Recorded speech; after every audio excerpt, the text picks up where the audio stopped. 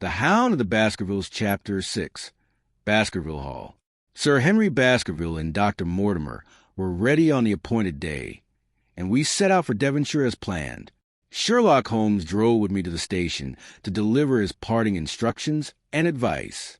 "I will not bias your mind by suggesting theories or suspicions, Watson," he said. "I wish you simply to report facts to me in the fullest possible manner, and you can leave the theorizing to me." "What sort of facts?" I asked. "Anything which may seem to have a bearing, however indirect, upon the case, and especially the relations between young Baskerville and his neighbors, or any fresh particulars concerning the death of Sir Charles.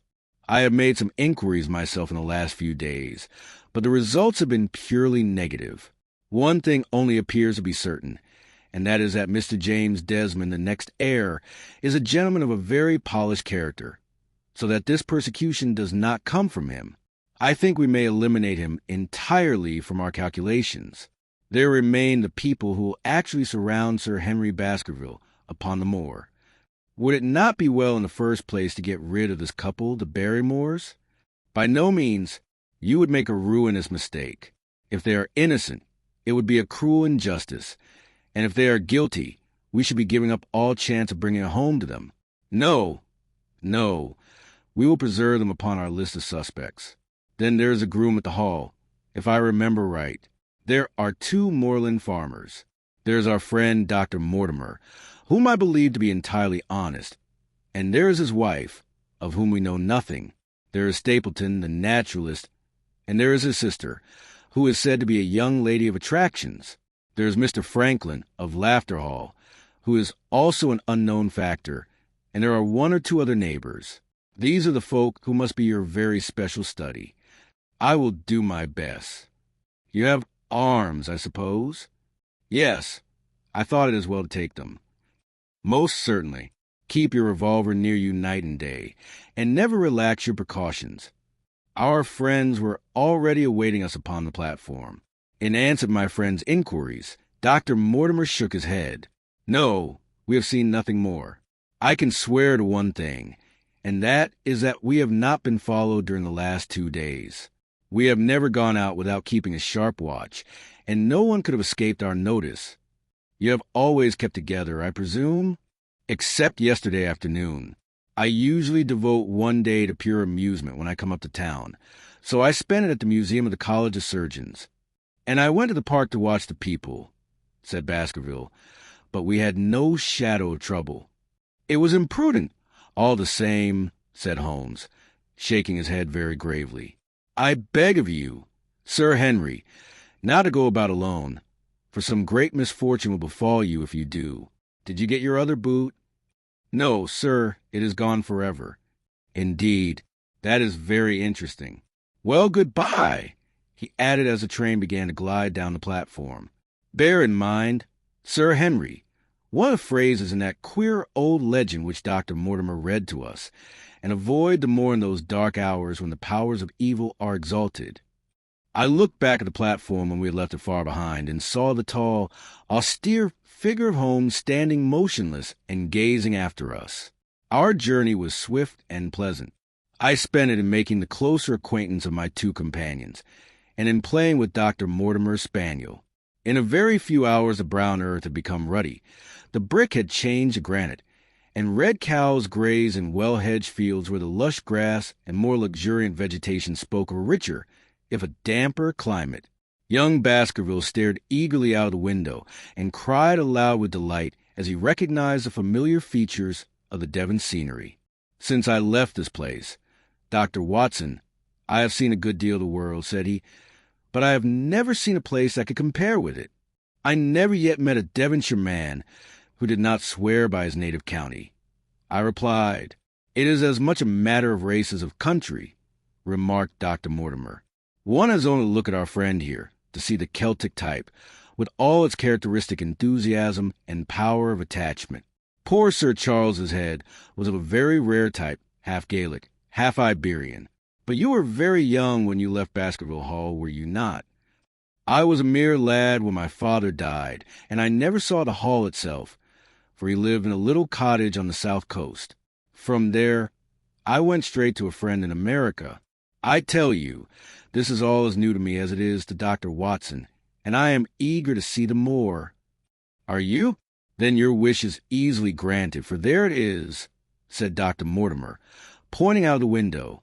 Over the green squares of the fields and the low curve of wood, there rose in the distance a gray, melancholy hill, with a strange, jagged summit, looking like some dark and fantastic landscape scene in a dream. Baskerville sat for a long time in silence, his eyes fixed upon it, and I read upon his eager face how much this first sight of the strange place meant to him. The place with men of his blood had held sway for so long. An American in appearance, he sat in the corner of a prosaic railway carriage. Yet as I looked at his expressive features, I felt more than ever that he was a true descendant of a long line of high-spirited, fiery, and masterful men. His thick eyebrows, his sensitive nostrils, and his large hazel eyes spoke of pride, courage, and strength. If there were to be trouble or danger upon that cursed moor, one could at least be sure that he was a comrade for whom it was worth taking a risk, with the certainty that he would share it. The train stopped at a small station, and we all got out. Outside the low white fence, a wagonette drawn by a pair of cobs was waiting for us. Our arrival was evidently an event, for the station master and the porters gathered round to carry out our luggage. It was a sweet, simple country spot, but I was surprised to see two soldiers in dark uniforms standing by the gate. They leaned upon their short rifles and watched us keenly as we passed. The coachman, a hard-faced little fellow, bowed to Sir Henry Baskerville, and within a few minutes we were flying swiftly along the broad white road. On either side the pasture land spread away, and old houses with gable roofs peeped out from behind the dense green foliage. But beyond this peaceful, sunlit landscape, there rose ever and again against the evening sky the long, gloomy curve of the moor, broken by the jagged and sinister hills. The wagonette turned into a side lane, deeply rutted and with high banks on either side, overgrown with wet moss and lush ferns and brambles, whose many berries glistened in the light of the setting sun. Constantly ascending, we crossed a narrow granite bridge and continued along a noisy stream which, foaming and roaring, rushed headlong between gray boulders. Both the road and the stream wound through a valley thick with old oaks and firs. At every turn, Baskerville broke into an exclamation of delight, looking eagerly about him and asking countless questions. To his eyes all was beautiful, but to me a melancholy shadow seemed to hang over the landscape, which bore so starkly the mark of the waning year. Yellow leaves carpeted the paths and drifted down upon us. The sound of our wheels was muffled by the thick layer of decaying vegetation, and I thought that nature was throwing but sad gifts before the wheels of the returning heir of the Baskervilles. "What is that?" cried Dr. Mortimer. Before us rose a circular sweep of heather-clad land, an outlying shoulder of a moor. Upon its summit, sharp and clear as a statue, stood a mounted man, dark and stern, with a rifle at the ready. He was watching the road along which we traveled. "What is this, Perkins?" asked Dr. Mortimer.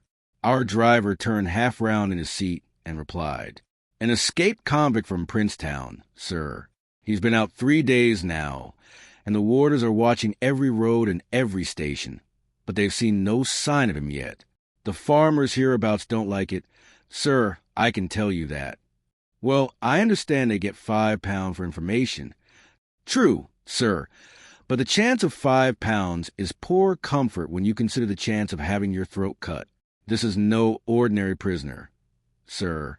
This is a man who would stop at nothing." "Who is he, then?" "It's Selden, the Notting Hill murderer." I remembered the case well, for Holmes had taken an interest in it because of the peculiar ferocity of the crime and the wanton brutality which had marked every action of the killer. The commutation of his death sentence to life imprisonment had been due to some doubts as to his sanity. So atrocious was his conduct. Our wagonette reached the summit, and there opened before our eyes a vast expanse of the moor, mottled with huge gnarled rocks and jagged peaks. A cold wind swept across it, sending a shiver through us. Somewhere out there, on that desolate plain, this fiendish man was lurking, burrowing in a hole like a wild beast, his heart full of malignancy against the whole race which had cast him out. It needed only this to complete the grim suggestiveness of the barren waste, the shivering wind and the darkening sky. Even Baskerville grew silent and pulled his overcoat more tightly around him. We had left the fertile country behind. Looking back, the slanting rays of the setting sun turned the streams into threads of gold and fired the red, freshly turned earth and the broad belt of the woodlands. Ahead, the road grew ever more bleak and wild as it climbed over great russet slopes strewn with titanic boulders. At intervals we passed a moorland cottage of stone, wall and roof alike, with no creeping plants to soften their harsh outlines. Suddenly, we looked down into a cup-like depression where stunted oaks and firs, twisted and bent by the fury of 1,000 storms, grew in a scattered grove. Too thin, high towers rose above the trees. The driver pointed with his whip. "Baskerville Hall," said he. Its master started up, his cheeks flushed and his eyes shining. A few minutes later we reached the lodge gates, a fantastic maze of wrought iron with weather-beaten pillars, moss-grown and surmounted by the boar's heads of the Baskervilles. The lodge itself was a ruin of black granite and bared rafters, but facing it was a new building half-finished, the first fruit of Sir Charles's South African gold. We passed through the gates into the avenue, where the wheels were again hushed among the leaves, and the old trees arched their branches into a somber tunnel over our heads. Baskerville shuddered as he looked up the long, dark drive to where the house glimmered like a ghost at the farther end. "Was it here?" he asked in a low voice. No. The yew alley is on the other side." The young heir glanced around him with a gloomy face. "It's no wonder my uncle felt as if trouble were coming on him in such a place as this," said he. "It's enough to scare any man.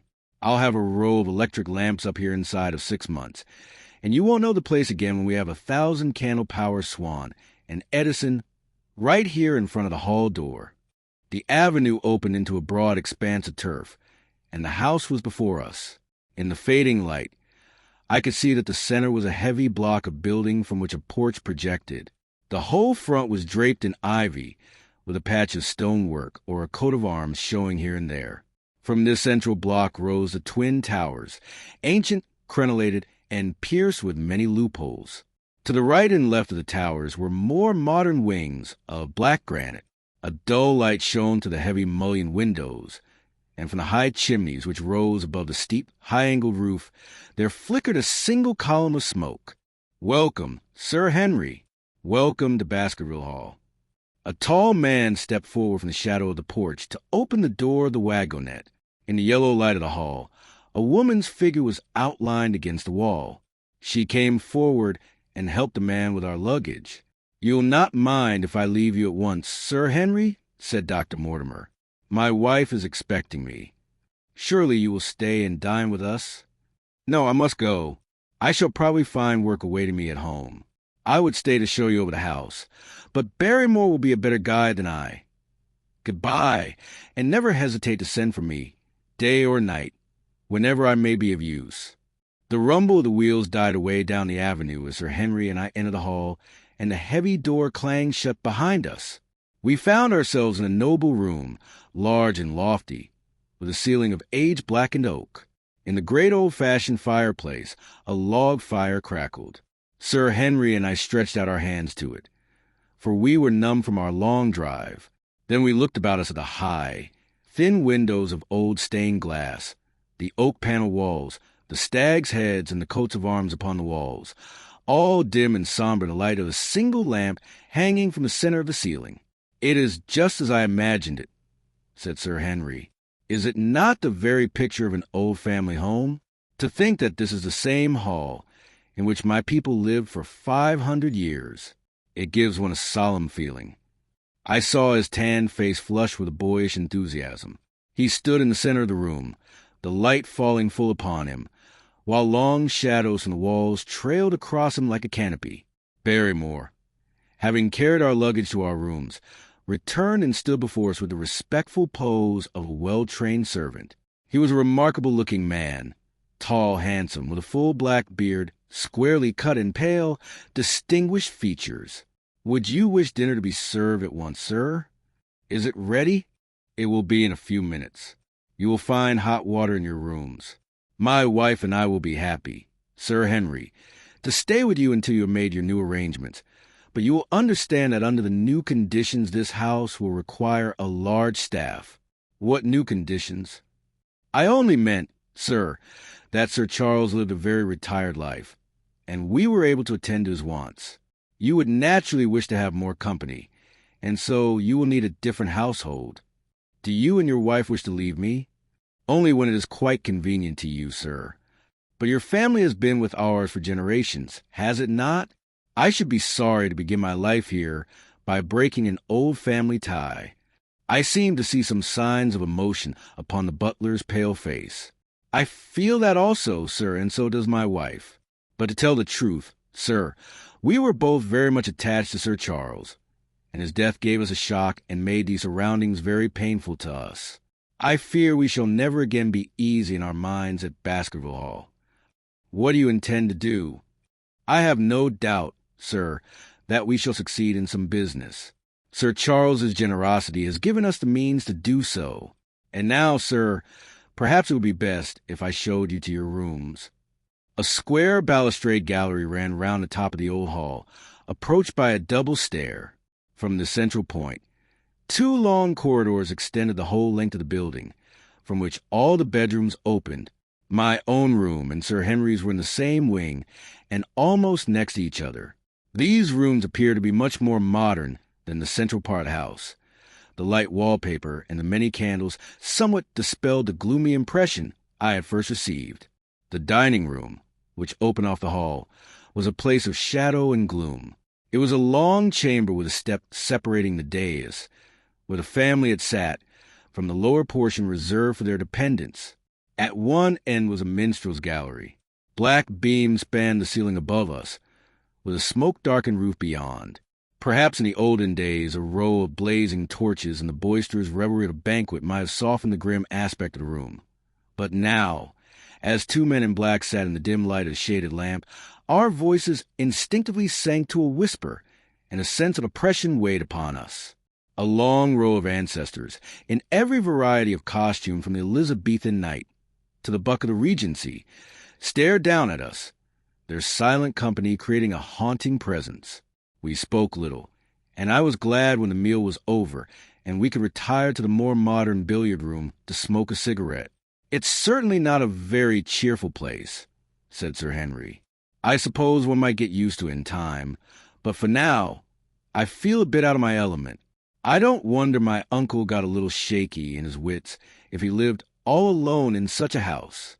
However, if you don't mind, we'll turn in early tonight, and perhaps things will look a bit brighter in the morning."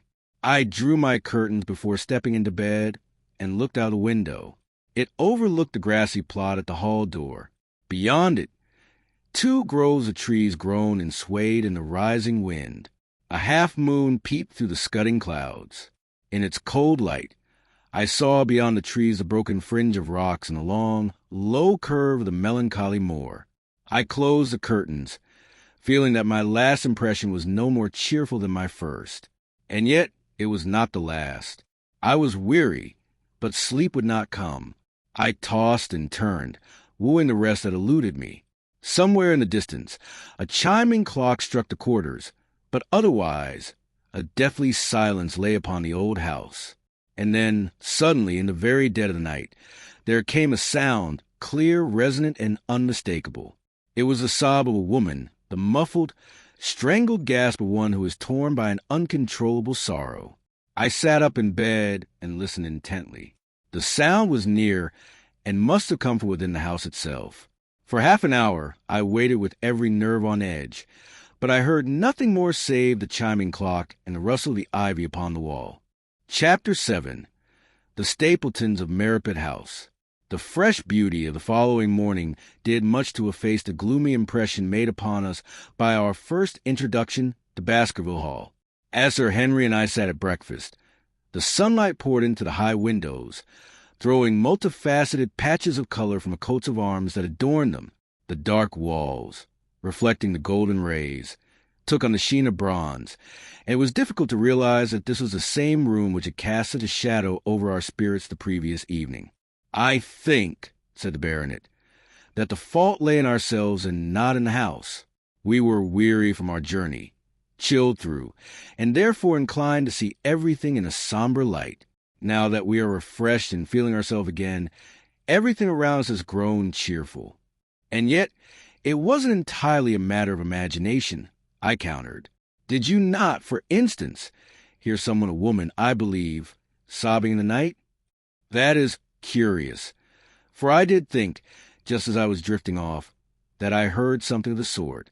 I listened for some time, but as the sound was not repeated, I concluded it was a dream. I heard it quite distinctly, and I am certain it was the sobbing of a woman. We must look into this at once. Sir Henry rang the bell and asked Barrymore if he could explain what we had heard. It seemed to me that the butler's pale face grew even paler as he listened to his master's question. There are only 2 women in the house, Sir Henry, he replied. One is a scullery maid, but she sleeps in the other wing. The other is my wife, and I can answer for it that she was not crying. And yet he was lying. After breakfast, I chanced upon Mrs. Barrymore in the long corridor, with the sun shining full upon her face. She was a large, heavy-featured woman, impassive in appearance, with a set, grim expression about the mouth. But her telltale eyes were red, and she glanced at me from under swollen lids. So, it was she who had wept in the night, and if so, her husband must have known it. Yet he had taken the obvious risk of concealing the fact. Why had he done so? And why had she wept so bitterly? Already, a dark and mysterious atmosphere was gathering around this pale, handsome man. He was the first to see the body of Sir Charles, and it was from his word alone that the circumstances of the old man's death were known. Was it possible, after all, that the man we had seen in the cab on Regent Street was Barrymore? The beard might well be his own. The cabman's description had suggested a shorter man, but that impression might have been mistaken. How was the matter to be settled? Clearly, the first thing to do was to see the postmaster at Grimpen and find out if the test telegram had been delivered into Barrymore's own hands. Whatever the answer, I would at least have something to report to Sherlock Holmes. After breakfast, Sir Henry had many papers to examine, so the time was favorable for my excursion. It was a pleasant 4-mile walk along the edge of the moor, leading to a small gray hamlet where an inn and the house of Dr. Mortimer rose above the other buildings. The postmaster, who was also the village grocer, remembered the telegram well. "Certainly, sir," said he. "I had the telegram delivered to Mr. Barrymore exactly as directed." "Who took it?" "My boy here, James. You delivered a telegram to Mr. Barrymore at the Hall last week, did you not?" "I did, father." "And you delivered it into his own hands?" "I asked, well, he was up in the loft at the time, so I couldn't put it into his hands, but Mrs. Barrymore promised to give it to him at once." "Did you actually see Mr. Barrymore?" "No, sir. I tell you, he was up in the loft." "If you didn't see him, how do you know he was in the loft?" "Good heavens! Surely his own wife should know where he was," said the postmaster in a huffy tone. "Did he not receive the telegram? If there has been a mistake, it is for Mr. Barrymore himself to complain." It seemed hopeless to pursue my inquiries any further, but one thing was clear. Despite Holmes's ingenuity, we had no proof that Barrymore had not been in London. Suppose he had been there. Suppose that the same man was the last to see Sir Charles alive, and the first to dog the new heir upon his arrival in England. What followed from that? Was he the agent of others, or had he some sinister design of his own? What interest could he have in hounding the family of Baskerville? I thought of the strange warning cut out of the Times leader. Was that his doing, or perhaps the work of someone else who wished to thwart his schemes? The only conceivable motive was that suggested by Sir Henry, to frighten the baronet away, so that the Barrymores might enjoy a comfortable and permanent home. Yet such a theory could not possibly account for the subtle and complex machinations which, like an invisible net, seemed to be closing around the young baronet. Holmes himself had said that in all his sensational investigations, he had never met with a more puzzling case. As I walked along the gray, lonely road, I prayed that my friend might soon be free of his other affairs and come to take this heavy responsibility from my shoulders. Suddenly my thoughts were interrupted by the sound of quick steps and a voice calling me by name. I turned, expecting to see Dr. Mortimer, but to my surprise, I found a total stranger running after me. He was a small, lean, clean-shaven man, flaxen-haired and hollow-cheeked, between 30 and 40 years of age, dressed in a gray suit and a straw hat. A tin botanical box was slung over his shoulder, and he carried a green butterfly net in his hand. "I am sure, Dr. Watson, that you will forgive my intrusion," he said, as he came panting up to me. "We are simple folk here on the moor, and do not wait for formal introductions. You may have heard my name from our mutual friend, Dr. Mortimer. I am Stapleton of Merripit House." "I should have known you by your net and box," said I, for I was aware that Mr. Stapleton was a naturalist. "But how did you know me?" "I was with Mortimer, and he pointed you out to me from his surgery window.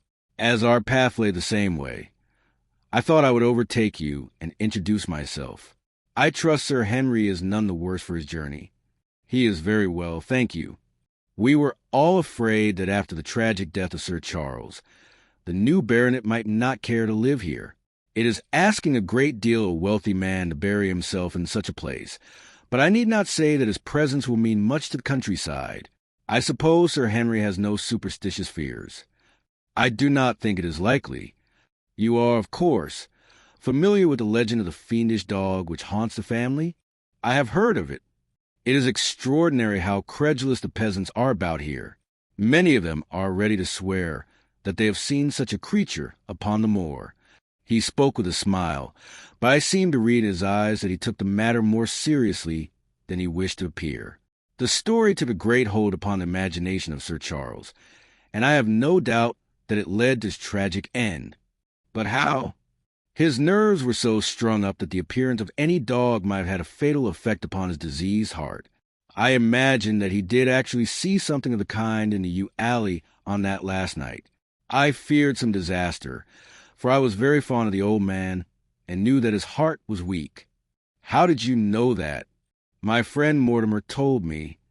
"Then you think that some dog was pursuing Sir Charles, and that he died of fright in consequence. Can you suggest any other explanation?" "I have not yet come to any conclusion." "And Mr. Sherlock Holmes?"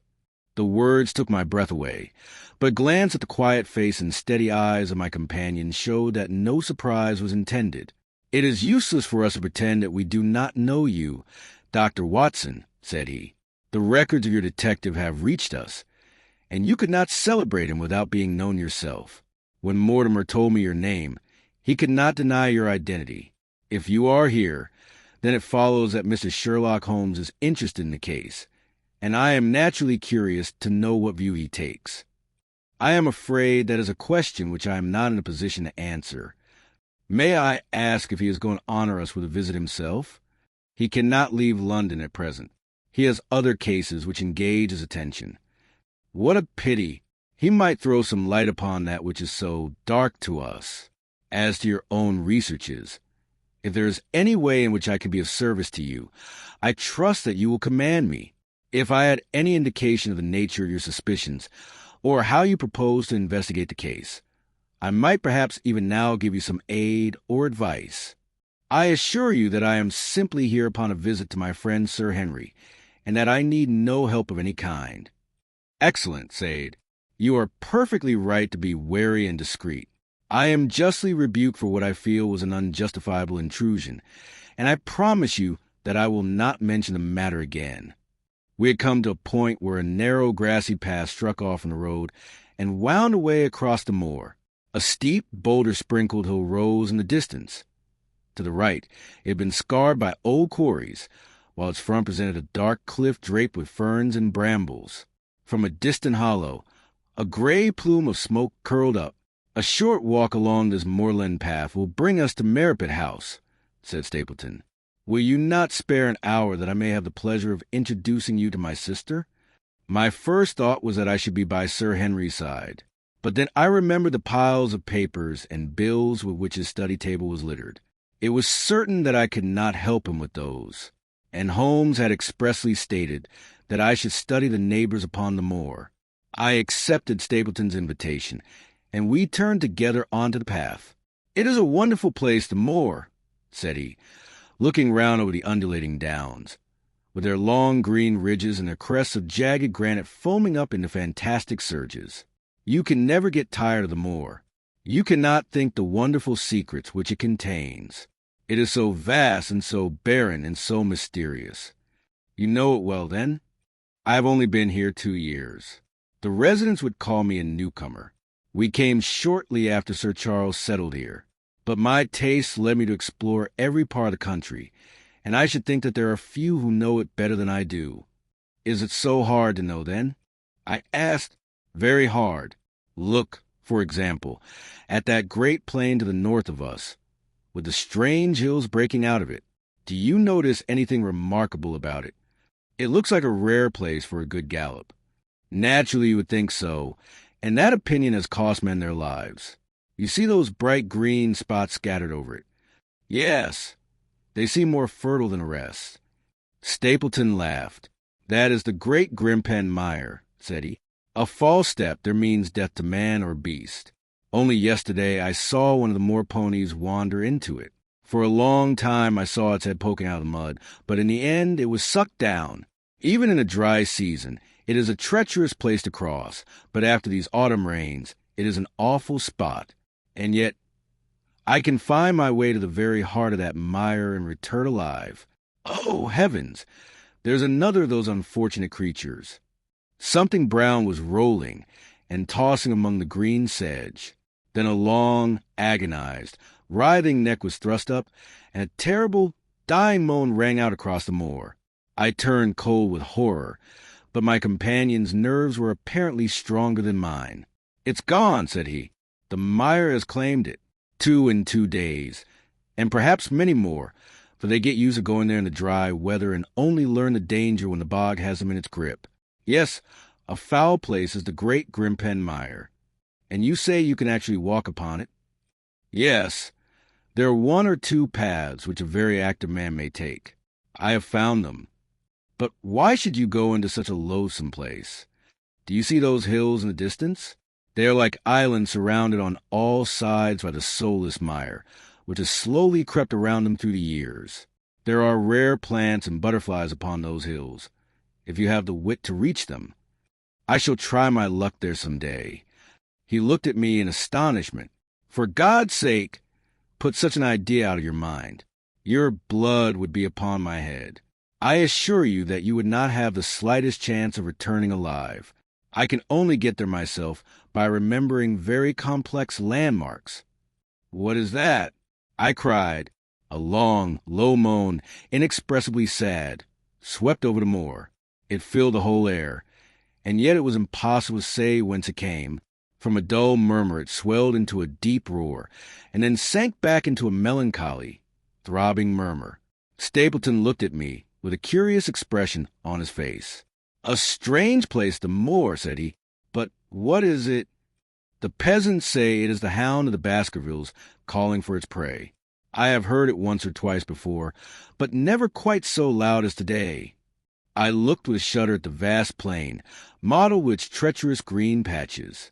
Nothing stirred on the wide expanse save for 2 ravens, which croaked loudly from a tor behind us. "You are an educated man," I said. "You don't believe such nonsense as that? What do you imagine is the cause of so strange a sound? Bogs make queer noises sometimes. It's the mud settling or the water rising or something of the kind. No, it was a living voice." "It may be so. Did you ever hear a bittern booming?" "No, I never did. It's a very rare bird, practically extinct in England now. But all things are possible upon the moor. Yes, I should not be surprised to learn that what we have heard is the cry of the last of the bitterns. It's the weirdest, strangest sound that ever I heard in my life. Yes, it's a lonely place altogether. Look at the hillside yonder. What do you make of those?" The whole steep slope was dotted with gray, circular rings of stone. There were at least a score of them. "What are they?" "Sheep pens." "No, they are the dwellings of our worthy ancestors.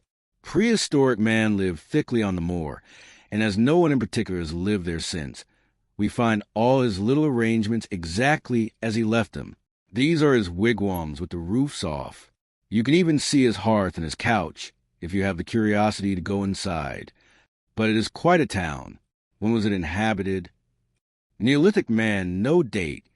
What did he do? He grazed his cattle on these slopes, and he learned to dig for tin when the bronze sword began to supersede the stone axe. Look at the great trench yonder. That is his mark. Yes, you will find some quite interesting things upon the moor, Dr. Watson. Oh, excuse me an instant. It is surely a cyclopides. A small fly or moth had fluttered across our path, and in an instant Stapleton was rushing after it with extraordinary energy and speed. To my dismay, the creature flew straight for the great mire, but my new acquaintance never paused, bounding from tuft to tuft of grass, his green net waving in the air. His gray clothes and his irregular, zigzag progress made him look like some huge moth himself. I stood watching his pursuit with a mixture of admiration for his extraordinary activity, and fear lest he should lose his footing in the treacherous quagmire, when suddenly I heard steps behind me, and turning round, I found a woman near me upon the path. She had come from the direction in which the plume of smoke indicated the position of Merripit House, but the dips of the moor had concealed her until she was quite close. I could not doubt for a moment that this was the Miss Stapleton of whom I had been told, since ladies of any sort must be few upon the moor, and I remembered that someone had described her as a beauty. And a beauty she was indeed, and of a most unusual type. There could not have been a greater contrast between brother and sister, for Stapleton was neutral-tinted, with light hair and gray eyes, while she was darker than any brunette I have ever seen in England, slim, elegant, and tall. She had a proud, finely cut face, so regular that it might have been monotonous were it not for the sensitive mouth and the beautiful, dark, eager eyes, with her perfect figure and elegant dress. She was a strange apparition upon a lonely moorland path. Her eyes were on her brother as I turned, and then she quickened her pace towards me. I raised my hat and was about to make some explanatory remark, when her own words turned all my thoughts into a new channel. "Go back," she said. "Go straight back to London instantly." I could only stare at her in stupid surprise. Her eyes blazed at me, and she tapped the ground impatiently with her foot.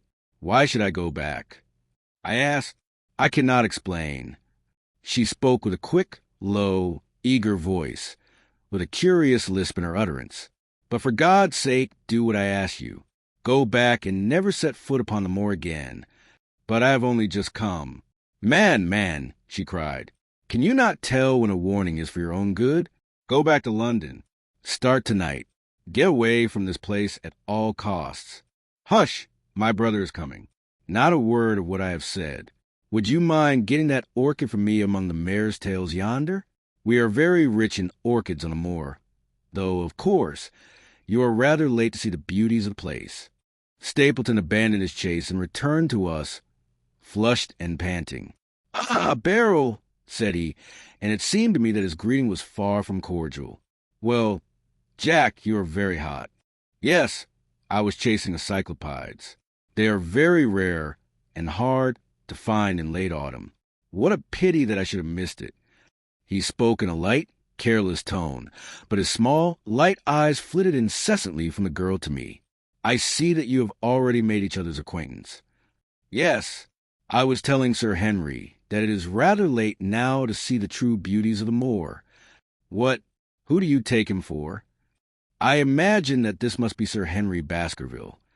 No, said I. "I am but a humble mortal and his friend. I am Dr. Watson." A flush of vexation passed over her expressive face. "We have been talking at cross purposes," said she.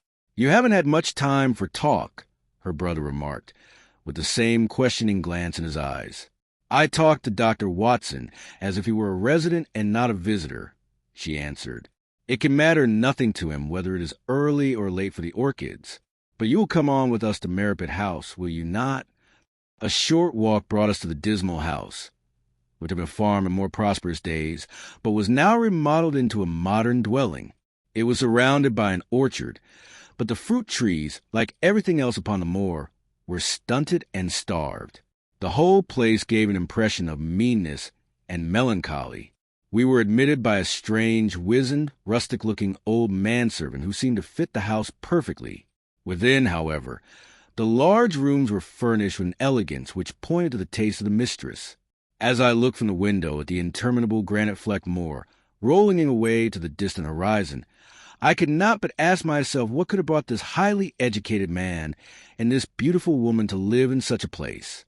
"A queer spot to choose, is it not?" said Stapleton, as if in answer to my thoughts. "And yet we manage to make ourselves happy, do we not, Beryl?" "Quite happy," she said, but there was no ring of conviction in her words. "I had a school," said Stapleton. "It was in the North Country. The work to a man of my temperament was mechanical and uninteresting, but the privilege of living with youth, of forming young minds, of impressing them with one's own character and ideals, was very dear to me. However, the fates were against us. A serious epidemic broke out in the school, and 3 of the boys died. It never recovered from the blow, and much of my capital was irretrievably swallowed up.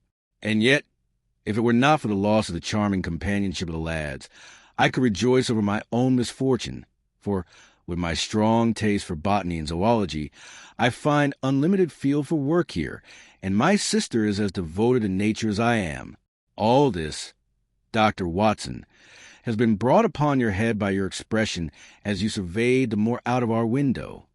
It did certainly come into my mind that it might be a little dull, less perhaps for you than for your sister." "No, no, I am never dull," she said quickly. "We have our books, our studies, and we have interesting neighbors. Dr. Mortimer is a most learned man in his own line. Poor Sir Charles was also an admirable companion. We knew him well, and miss him more than I can say. Do you think that I should be intruding if I were to call this afternoon and make the acquaintance of Sir Henry? I am sure he will be delighted. Then perhaps you will mention my intention to him. With our modest means, we may be able to make things a little easier for him until he becomes accustomed to his new surroundings. Will you not come upstairs, Dr. Watson, and inspect my collection of Lepidoptera? I think it is the most complete in the southwest of England. Lunch will be ready by the time you have finished looking through it. But I was eager to get back to my duties. The melancholy of the moor, the death of the unfortunate pony, the weird sound which had been associated with the grim Baskerville legend, all these things had given a gloomy turn to my thoughts. Then, as a final touch to these more or less vague impressions, there had come the definite and distinct warning of Miss Stapleton, delivered with such intense earnestness that I could not doubt she had some very deep reason for what she said. I resisted all entreaties to stay for lunch, and set out at once upon my return journey, by the same grass-grown path by which I come. It appeared, however, that there must be a shorter cut, for I had not reached the road before I was startled to see Miss Stapleton sitting upon a rock by the side of the track. Her face was flushed with her exertions, and she held her hand to her side. "I have run all the way in order to cut you off, Dr. Watson," said she. "I had not even time to put on my hat. I must not stop, or my brother may miss me. I want to tell you how sorry I am about my foolish mistake. Please forget my words, which have no application to you." "I cannot forget them, Miss Stapleton. I am Sir Henry's friend, and his welfare is a very close thing to me. Tell me why you were so eager that Sir Henry should return to London." "A woman's whim, Dr. Watson. When you know me better, you will understand that I cannot always give a reason for what I say or do." "No, no. I remember the thrill in your voice. I remember the look in your eyes. Please, I beg of you, Miss Stapleton, be frank with me, for ever since I have been here, I have been conscious of shadows flitting around me. Life has become like that Great Grimpen Mire, with little green patches everywhere into which one may sink, without a guide to point the way. Tell me then what it was that you meant, and I will promise to convey your warning to Sir Henry." An expression of irresolution passed over her face, but her eyes had grown hard again when she answered me. "You make too much of my words, Dr. Watson. My brother and I were very much shocked by the death of Sir Charles. We were very close to him, and his favorite walk was over the moor to our house. He was deeply impressed by the curse which hung over his family, and when this tragedy happened, I naturally felt that there must be some grounds for fears which it expressed. I was distressed, therefore, when another member of the family came to settle here, and I felt that he should be warned of the danger which he will run. That was all which I intended to convey. But what is the danger? You know the story of the Hound? I do not believe in such nonsense. Booty do, if you have any influence with Sir Henry. Take him away from a place which has always been fatal to his family. The world is wide. Why should he wish to live at the place of danger? Because it is the place of danger. That is Sir Henry's nature. I fear that unless you can give me more definite information than this, it will be impossible for me to move him. I cannot say anything definite, because I do not know anything definite. I would ask you one more question, Miss Stapleton. If you meant no more than this when you first spoke to me, why should you not wish your brother to hear what you said? There is nothing in it to which he or anyone else could object. My brother is very anxious to have the hall inhabited, for he thinks that it is for the good of the poor folk upon the moor. He would be very angry if he knew that I had said anything which might induce Sir Henry to go away. But I have done my duty now, and I will say no more. I must get back, or he will miss me and suspect that I have seen you. Goodbye." She turned and had disappeared in a few seconds among the scattered boulders, while I, with my soul full of vague fears, pursued my way to Baskerville Hall.